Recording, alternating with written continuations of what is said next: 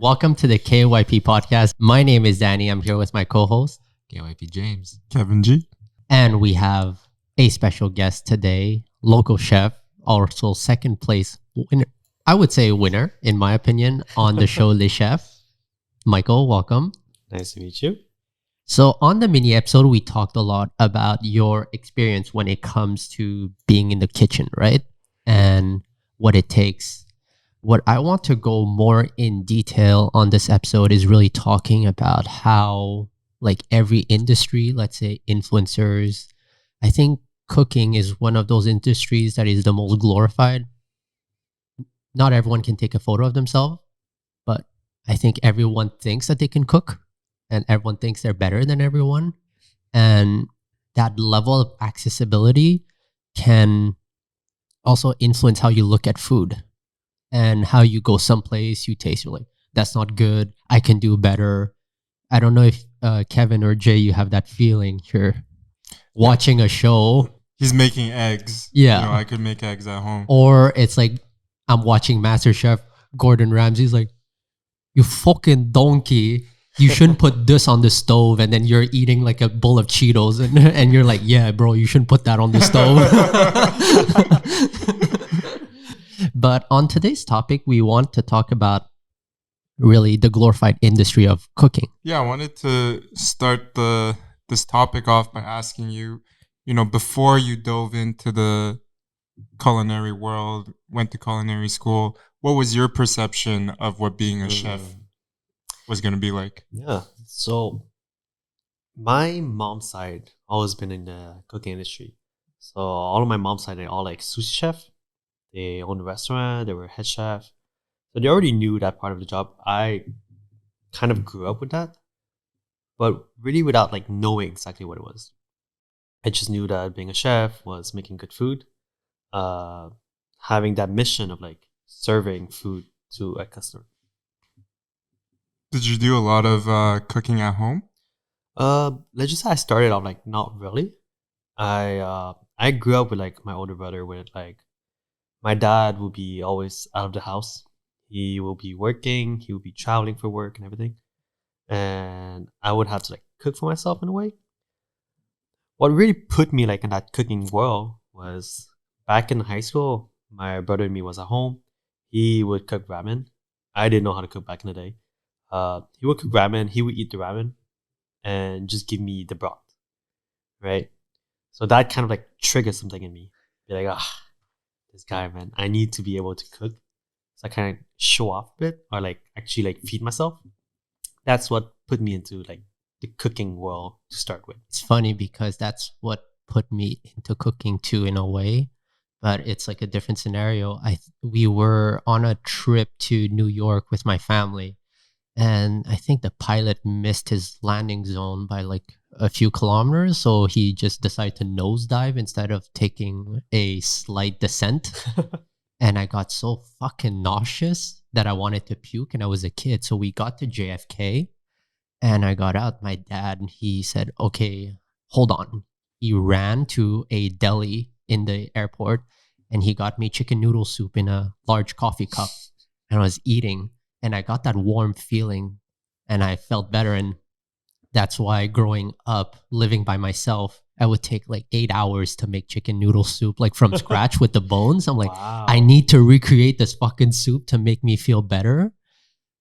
And I think that's why a lot of people enter or decide to enter the industry. It's what food makes them, how food makes them feel. Mm-hmm.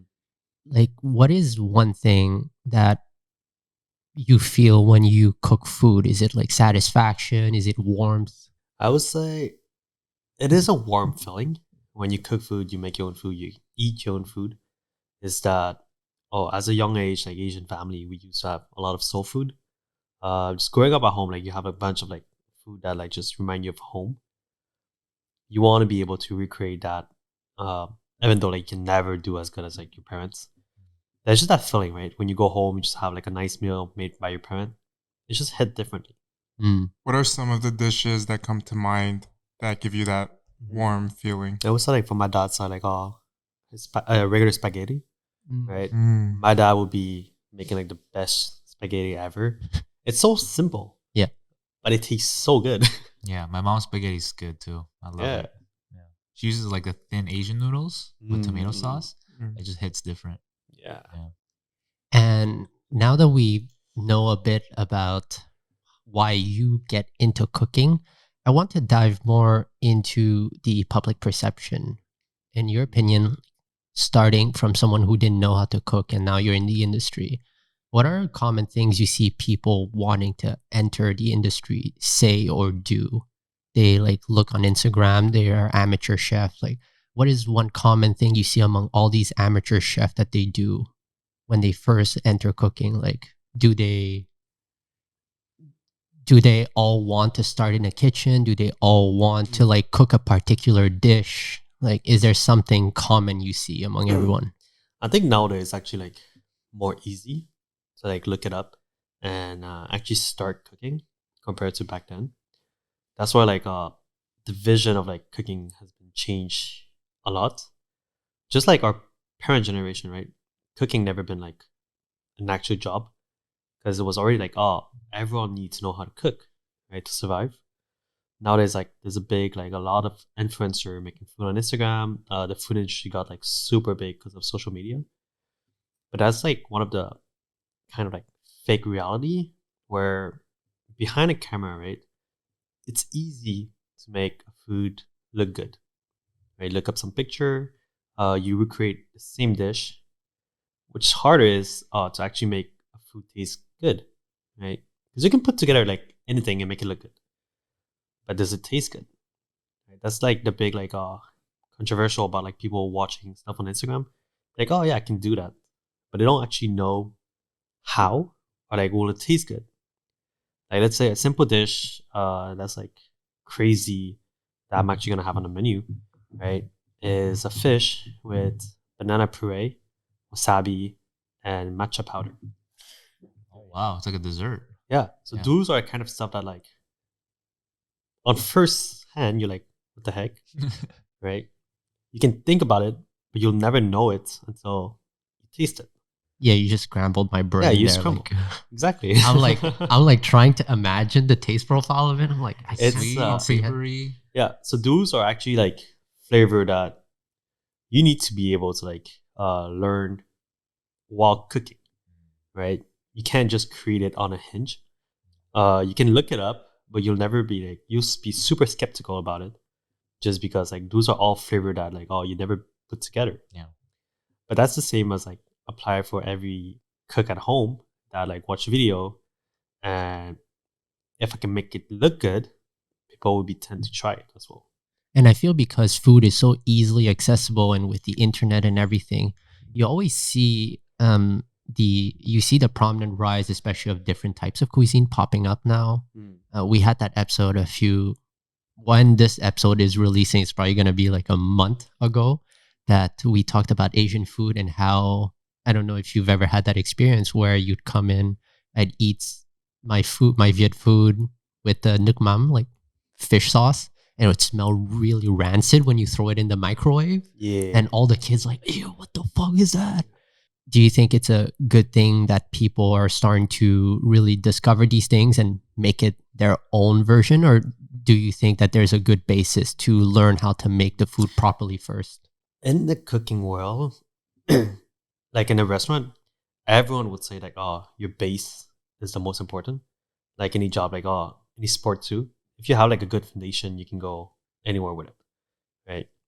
What I'm happy actually is like, oh yes, I'm super happy that like oh people are like trying new flavor because let's say our parent generation, they're so stuck up on like basic food that they already knew, that they have ate for ages, and they're not up for the challenge to like try something else. What like social media brought us is that all like there's all this flavor that you can try, and people are more up to the challenge. Try new food, kind of develop their palates, and then new food can be created. And with the rise of all these prominent home chef, do you think it like downplays a lot of what you have gone through? I wouldn't say downplay as in a negative, but the experience that you've gone through as a line chef, going through France, your internship in France, and all of these things.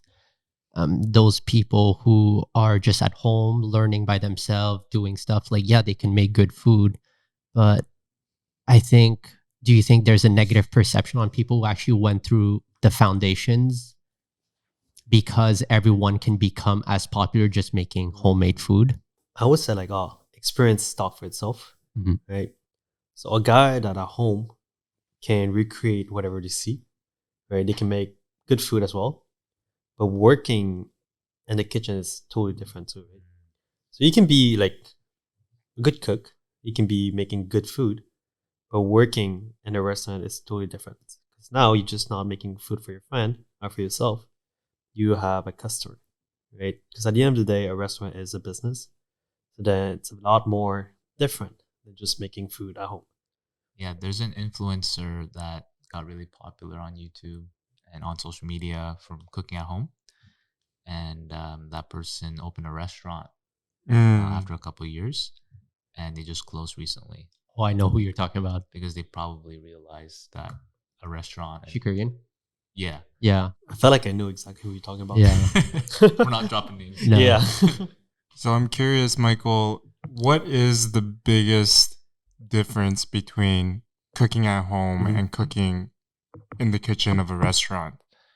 Yeah, it's the organization, I would say. The systems. The system behind it's not the same, right? Like let's say at home you will be making food, let's say for max 10, maybe sometime 20. But that's for one day. Right? Now when you have a restaurant opening up, it's a business at the end of the day. You're gonna have a lot more customers, right? The production is huge, so you need a system put in place to be able to like serve your customer at a certain time as well. And as we go on, the society are changing. We create a menu, but then a lot of other jig are coming up as well. So how to change the menu while keeping the essence of the dish itself for accommodating like those customers. Interesting. So it's less about making the best food possible, but making a system that provides food for people coming in. Yep. Because at the end of the day, like you could be creating like a restaurant making straight up good food, right? Saying, oh yeah, I only serve 20 customers per night. But now it's like, oh, 20 customer, you have a business to run, you have rent to pay, you have your employee to pay. Can you make enough money to keep it alive, right? And even if you do, how long can it run, right? So you have to do some sacrifice left and right, where it might not be the best, right? But it's still considered good because food at the end of the day, like customer paying for good food, right? Good time, good food, but can it be the best? Probably not, because let's say you as a chef create like an amazing dish, right? Super amazing, technique is there, food is there, flavor is there, but your team cannot catch up and create the vision that you put for your customer. It's gonna fail. So you have to like balance it out. Coming from someone who started as barista, then chef, and then now head chef, and in the meantime, also having a social media presence, a media presence, there's a perception that whoever wants to have to get into food, I believe there are two things that they want. Number one, I want to make food in a restaurant, or I want to open a coffee shop or a restaurant. And I think those are two very different things. And I believe there's also different levels. And as someone who's gone through maybe not owning your own restaurant, can you go into all kind of the tiers of the cooking, right? Starting from a chef to even opening your own restaurant. I would say there's a lot of like big thing going on where when you're just a cook, you would just follow order, right? You don't have to stress about anything else except getting there on time, prepping on time, being ready for the service. Once you become a chef, right, you need to manage your whole team, making sure that everything is in order, everything is right, all the orders are in. If it's missing something, if something happened, you need to be able to correct it on the spot. Chef owner, even more of a difference. Now there's rent to pay, right? There's all the employee pay, the item to break down, If something broke, do you have a budget to fix it? If you can't fix it, how do we change it? How do we create the menu around what we have? Manage your team knowing everyone's strength and weakness and putting them where it belongs until the restaurant run itself. And then we can start playing around. And I think there's not even within that tier, there's not even accounting like front of house, Yep. managing the customer, managing the staff. Opening any business, right, is super, super hard. Anyone can think they can do it, but when they start doing it, it hit them very fast. Just us opening up the restaurant Nama, right? So many things I learned that I didn't even know I needed to. Just like, let's say, electricity, right?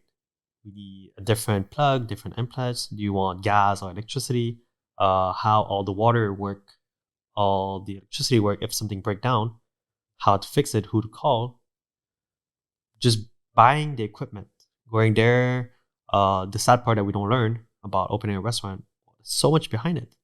Placing everything, taking all the wrap, folding boxes, all of this stuff, like, you don't know as a regular cook. Getting your hands dirty. Getting your hand dirty, getting on the floor, washing everything. It's interesting to me. So many of those things you mentioned has nothing to do with food or cooking, right? That's, that made me think like, I think every group of friends that had that one night they're drinking or having a great time at a restaurant is like, yo, when we retire in a few years, we're going to open our own restaurant. Immediately, like, I never even thought you had to think of the type of gas or fuel you're using or electricity. That's crazy. I wanted to ask you, Michael, during your journey of becoming a chef, what were some of the kind of challenges or challenging moments or experiences you had to face, or was it all just smooth sailing? We had so many up and down, man. Like, just schedule wise, right? A cook basically have no life, right? You're always cooking. Let's say you have. Can you give us an idea of your day? 100%. Let's say regular cook, night shift, right? You start your day, usually schedule says 3 to close, which is not true, right? Most likely not true. Let's say restaurant open at 6. In 3 hours, there's no way you can do that much prep just for the service, except if you have a good like rollover of food for the whole week, you know when to do what, etc., etc. But most likely schedule are like 12 to close and maybe even more, right? Those are like just the beginning of a restaurant itself. Morning, you basically wake up at like, give or take 11, 12. You rush to go to work, except if you have like a lifestyle where you can have a breakfast and whatever, but that's like super rare. You go to work, you literally pass your whole day at work. You finish at 12. As a cook, you barely eat. When you get the chance to eat, you have so much prep to do. So you just like eat whenever you can. And then after a shift, you're so dead tired, you go home, you're trying to cook something fast. I used to eat a lot of pizza pocket. That was like my freezer. Put it in the microwave 3 minutes, call it a day. And most of the time, you can't sleep right away. So you end up sleeping at like 2, 3 in the morning, right? And then it starts all over again, every day. Do you feel as a chef, after that long shift? Because I followed this channel on YouTube. They make like a lot of reels, and it's a girl basically capturing the day of her chef boyfriend. Oh yeah, I know who you're talking about. Yeah, and sometimes he goes home at midnight, and then he takes like leftover in the fridge. He makes a nice stew, and I'm like, bro, like, how do you have the energy to do that? It's unrealistic. I don't know if it's real. Yeah, exactly. I don't know if it's real or not. It could be, right? Every person are different. Sometimes you have like a nice schedule that you can follow and like actually push toward it. What helped him, I think, is like actually his girlfriend staying with him. So I'm 80% sure that like, he's only doing that because he lived with his girlfriend. Yeah. Right? If he was like living alone, I can guarantee he wouldn't do all the struggle. He would just go home, grab whatever he can eat, call it a day. Yeah, as a guy, you just go home and You just go home, you shove everything inside of like a Yeah. pot, and you hope that it tastes good. Although like it's super important to like uh have your own schedule, eat well to be able to like work. But I think as a cook, you kind of like develop like you don't need to eat that much because throughout the day you taste a lot of food, right? You're Mhm. still eating. You're just not eating like a proper meal, like eating at 12, eating at 6, and then like eating breakfast, whatever. Right? Is you could start eating at like the first meal of the day at 4 o'clock, right? And then the next meal is like 2 in the morning. Actually, Sometime you eat once. actually, I wanted to ask you this because since you taste, who's in charge of tasting the food before it leaves the counter, like the sous chef, right? Yeah, either sous chef, chef, uh, anyone that's like on a higher position. Okay. Just because a cook can taste its food, but doesn't know exactly what it was. It doesn't know exactly how it's supposed to taste like. You could be doing the same thing for years, and it could taste differently, right? So before the food go out to the kitchen, usually a chef or a sous chef would be at the station plating and taste everything before it goes out. And actually, that leads to the question I wanted to ask you. Being a sous chef or like person who makes sure that the food goes out, when you taste the food that many times, how do you refresh your palate? Because I'm pretty sure you lose the taste of what you're supposed to look for after tasting it like 40 Yep, times. 100%. How it used to work, like you just rinse your mouth with water. You kind of know exactly what it tastes like. There's a range, right? Hmm. There's a range of like, yeah, it's not passable, or it's passable, or it's great, Hmm. right? It will depend as well on if you're very like perfectionist. Every food should be always good, which is not always the case, right? Sometimes mess up can happen. The quality of the ingredient that came in could be different too. So you have to balance it out. That's why there's like a scale where like, oh yeah, it's good, bad, or like super great. Obviously, how it's gonna work for me is that I want everyone to taste it. Most of the food that we like, dish that we're creating, everyone's tasting it. Uh, all the kitchen tasting it, all the front of the house are tasting it before it can actually make it to the menu. That way, it's not only my palate that like, oh yeah, it's good or not. Everyone have a word on it. Because my food could be good for me, but it could be disgusting for someone else, right? I know Kevin did such a great job at transitioning into the second topic we wanted to do. We're already talking about really the reality that comes in the kitchen. I think people's perception, they think I can start as a cook and become a chef and a kitchen and stuff. But I am very confident to know that if you train someone hard enough, even a monkey will know how to like peel a potato properly. So when you start off as a chef, number one, the pay is really low because if you train everyone, they all know how to prep food. They all know how to properly flip a steak.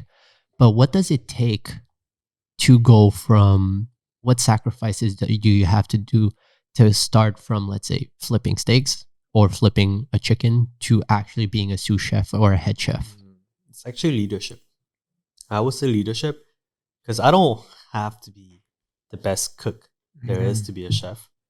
Right? A lot of like my cook are better than me in making food itself. But what it takes to be a chef is actually knowing how to like manage your team. You can be.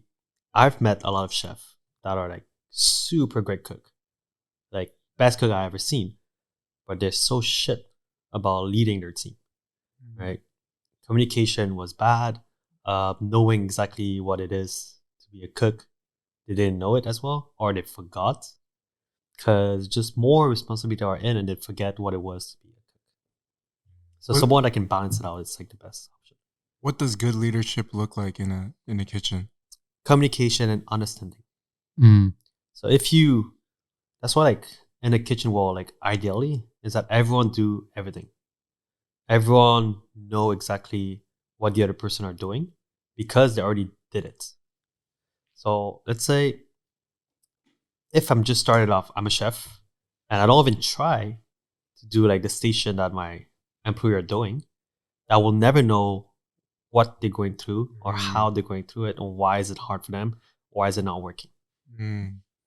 You have to be well balanced. You have to be able to play every role, right? And that's also work for like front of the house. A cook will know how to cook. A front of the house will know how to serve customer, but they will never understand each other jobs, right? That's why I want to push my employee and myself. It's like just a day, go serve some food. Go in front of the house, serve your food, learn what your server do, because only then you will understand why is it taking so long for the server to come back to the kitchen, get the food, and vice versa. It's so funny that you mentioned that front of house and in the kitchen they don't understand each other. I've seen so many situations where the front of the house would come in the back, it's like, when's the food coming? And then the chef would scream, 3 minutes. And then 3 minutes passes by, front of house comes, like, where's the food? And he's like, it's gonna come when it comes out, you idiot. And then the kitchen staff would go out to serve clients, hey, I don't like my food. And I'm like, well, I cooked it, so like shut the fuck up and just eat it. Yeah. And they don't understand. But that necessarily doesn't lead me. But a question I have is, let's say someone lacks leadership, right, in cooking, and they only want to cook. Is there a sustainable future for someone who just wants to cook and make a decent salary to live off of it? 100%. There's the cooking world is so big. There's so many different type of cuisine, different type of restaurant. Just giving up like, oh, this high end, bistro, bar, catering, home chef. So many jobs that a cook can do, right? Sometimes high end can be like so cool. The pay can be, I wouldn't say better, but I just said like a bit more because price range for a dish is like higher. But obviously, like as a cook, just wanting to cook, there's multiple choice for you to do and still have a good salary. You just need to know where to go. And from your experience being in multiple brigades and working at high-end restaurant, the people who are line cooks, they probably have different motivations to be line cooks. Some of them aspire to open their own restaurant. Some of them aspire to be head chef. Some of them wants to learn discipline, kind of how you join the military, either because you have nothing left in life or you want to learn discipline. What is one common thing you've seen among all the chefs? Do they all want to become head chef, or is there like a specific thing? Why do they put themselves through so much struggle to be as a line cook? I would say that like, oh, well, I can't talk for other people, but for myself, let's say, is that I love teaching the new generation, right? And just like giving cooking class, right? It's already like something that I like doing because I can teach the new generation the stuff that I already learned. But that doesn't mean for me that I stop learning, right? That's why I'm always pushing myself to like new stuff, cook with other people. Although I'm a chef now, I'm still learning a lot from my employee, right? So it's a balance of both worlds, I would say, that you need to know what you want in life, where you're at the moment, and where you can go. Listening to your experience, it sounds like, running a kitchen is very much a team sport.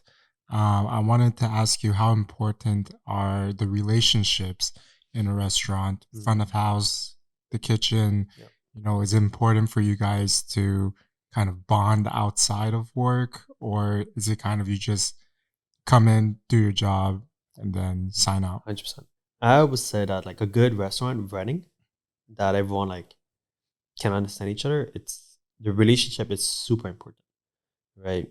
But there's a boundary where I can be friend with you outside. We can go out for a drink. We can go out to play, do sport together, be super buddy. But when work start, it's a different world, right? Where it's a business at the end of the day. If I have to be mean, I have to be mean with a reason, right? It cannot just be, oh, because you're my friend, I can pass on some stuff.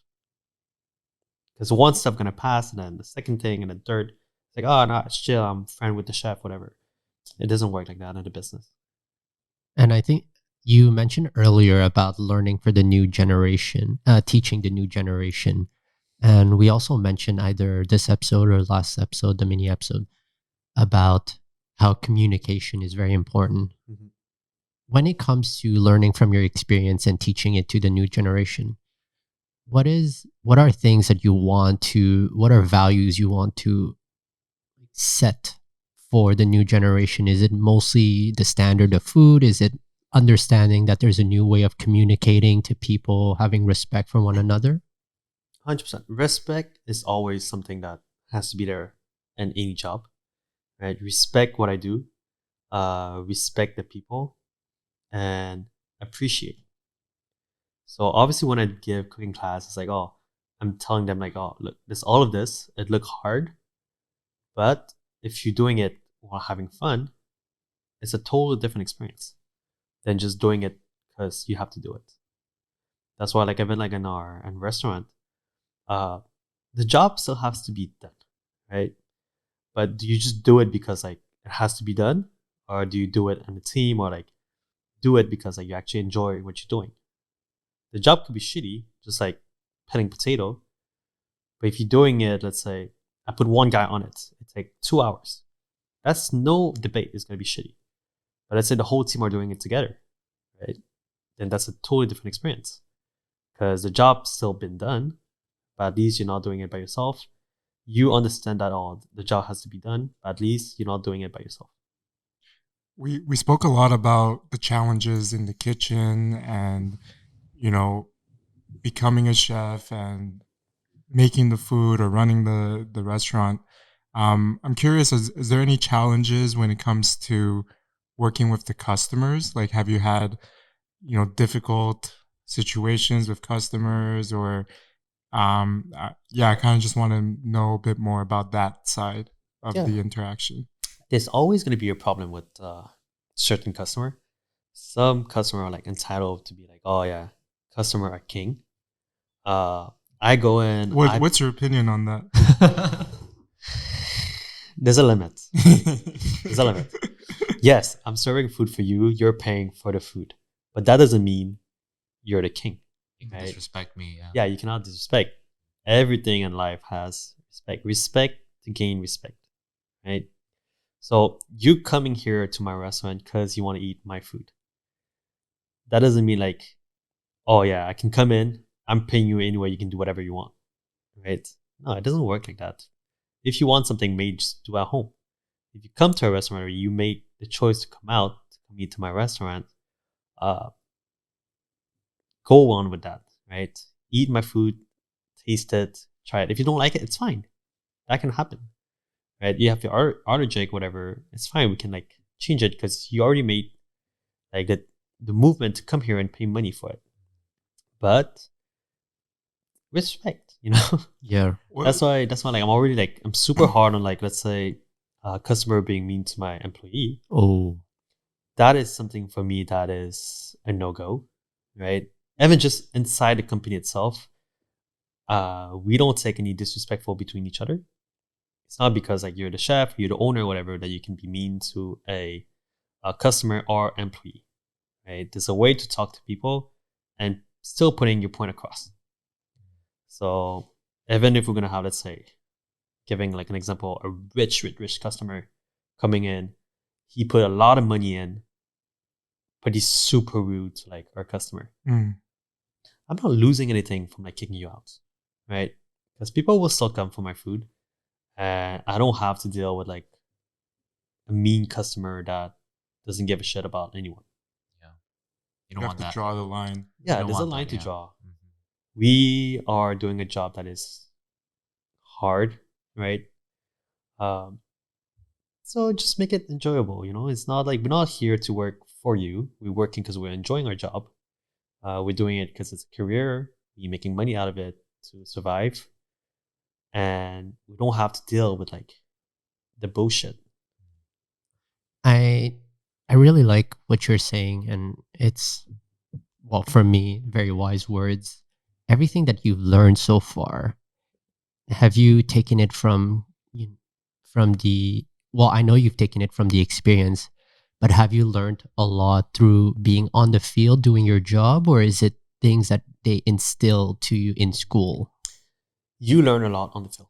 Mhm. You learn like a lot of things at school. That's no debate. But reality hit differently when you're like on the field. 100%.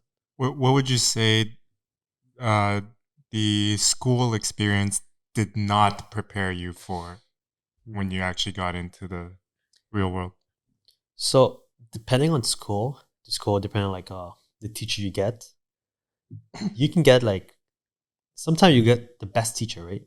The best teacher teaching you that like the food you're making is the best. You are ready to be out there, but they don't teach you is that you can get a shitty chef too, right? You can get someone that's like totally different from what you learn, that is like dead on his cooking kitchen, and that's his will. That's just up to you to like be able to like put your foot down and be like, okay, yeah, this is not for me, and go to a different place. You mentioned a lot about like the school, all of the things you've had to go through. You also mentioned earlier like your schedule, how it's been. I'm not sure that people understand the true amount of sacrifice that you have to go through to be a cook. Yeah. It's not even your body, it's not even your mind, but it has to do with a lot of your social circles, your other things that you want to do in life. You can't game. Well, you could game, but you won't get any sleep.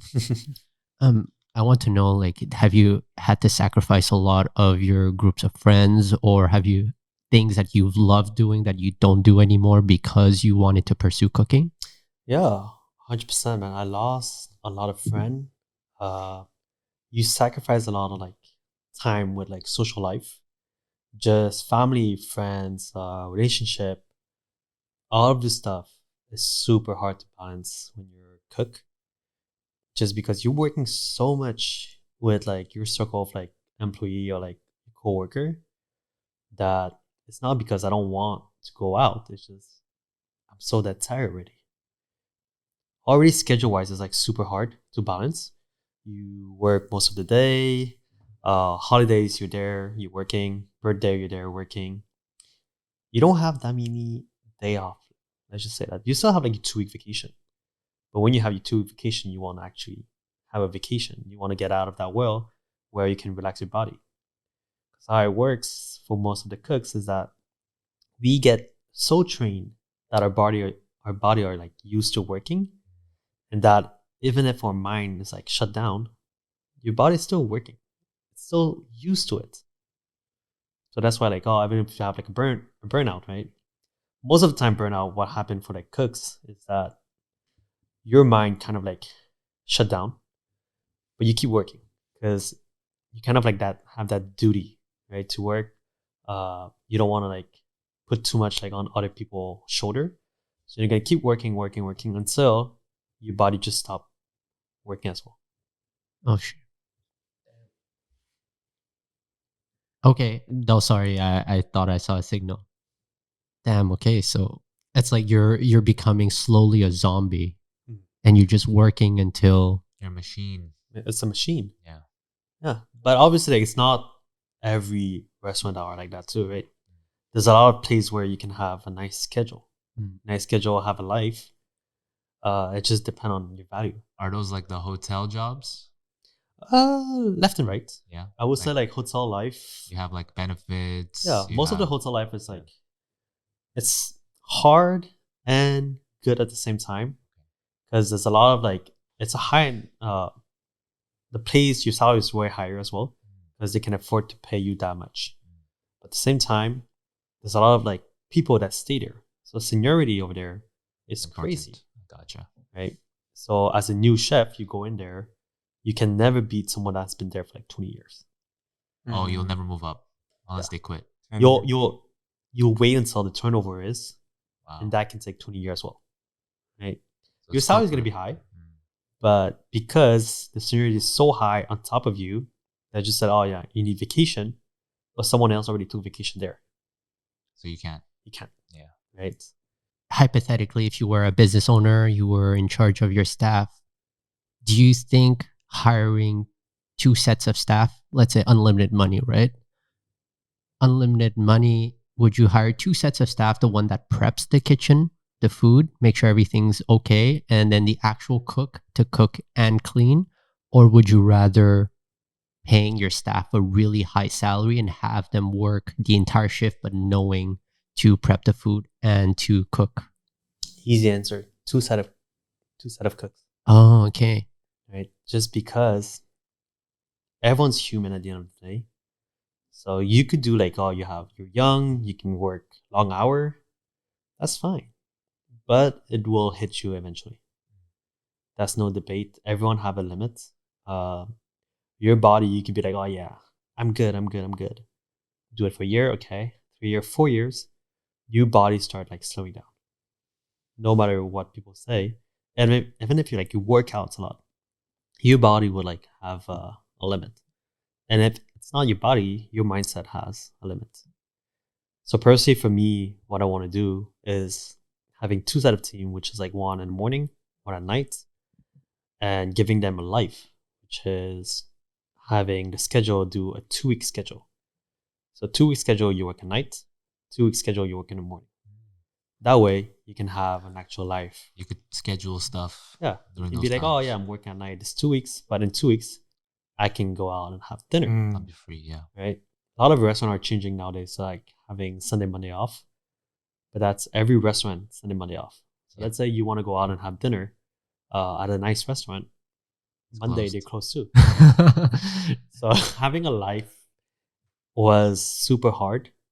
But now that I have the position to actually like be able to make those change, I want to put that into this way. You want to implement that in Nama? Yeah, exactly. Nice. But obviously, like every employee have a choice too, right? Like if that guy's like, oh no, I just want to be like a night guy. Sure. That guy have a family, have kids. I just want to be a morning guy. Sure. You want to work around that? Yeah, I'm working around that. Some people like they're not meant for service too, right? Service can be super stressful. It's a lot of rush. Yeah. Some people love cooking, but they don't like the service itself. So some are just prep? Yeah, some can be just prep. Yeah. Because prep too is a big job. Right? Let's say just one vegetable, cutting carrots. Sure. But if you have to cut like 1,000 carrots, that's a different world. The risk must be hard. Yeah. Some people like doing that. So a job for everyone. So a final question before we wrap this up. I know that most people, when you say like, hey, was your sacrifice worth it? The answer was definitely yes. Hypothetically, if we're talking, if you never became a chef, what would you be doing right now? Probably still do coffee. Coffee? Would you be running your own I'll be coffee running shop? my own coffee shop. Well, that's still on my plan, right? Mm. I still want to open a coffee shop like later down my life. But mentality-wise, it changed. Would I be working at a coffee shop? Maybe not. Right? I still want to open a coffee shop just to have a coffee shop because I'm a big coffee lover. Will I still train my team 100%? Will I still be there for most of the time 100%? But it's still part of my dream to just have one or have multiple businesses left and right and just call it mine. How you grew as a person when it comes to food is kind of the same way as I grew from being a photographer. I fell in love with the process, taking pictures, editing the photos. You fell in love with making the food, trying to achieve that. But now that we're in position that we know how to do the process like the back of our hands, we know everything. I wouldn't say we know everything, but we know what needs to be done. It's about trying to change the mindset and working in a way where it has less to do with making the food or taking the photos, but more managing the people, being client facing, overlooking and not doing the medial task. You'll still be cooking the food. You still love that. But your goal now is to manage a team. And that's one of my dreams too, is to manage a team of creative and just overlooking everything and not being on the field and putting my body on the line to take the photos. 100%. I personally think I'll always be on the field just because it's something I like doing. But can I say like, oh, I can do it like forever, every day? Maybe not. Just because now I know like my body itself, I know the control. But at the end of it, like I said before, it's a business, right? So you still have to roll. So as you get like higher in position, you get to learn to like uh, give people a job. Right? You don't have to do everything by yourself. Delegate the roles. Yeah, exactly. Yeah. Before we end it, Danny, I'm curious, do you have any advice for young aspiring chefs? If you could. Yeah, it's take your time, man. Take your time. You, as a young cook, young chef, you don't have to rush it.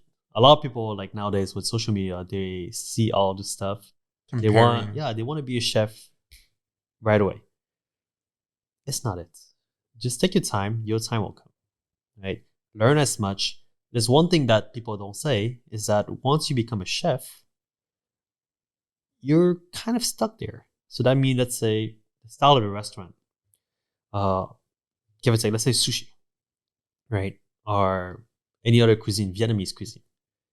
You become a chef there, you're kind of not learning anymore cooking because you're going to be having this menu, you're going to have the style of the menu. The customer going to be waiting for that type of menu. So learning wise about like different culture, different cooking is super limited.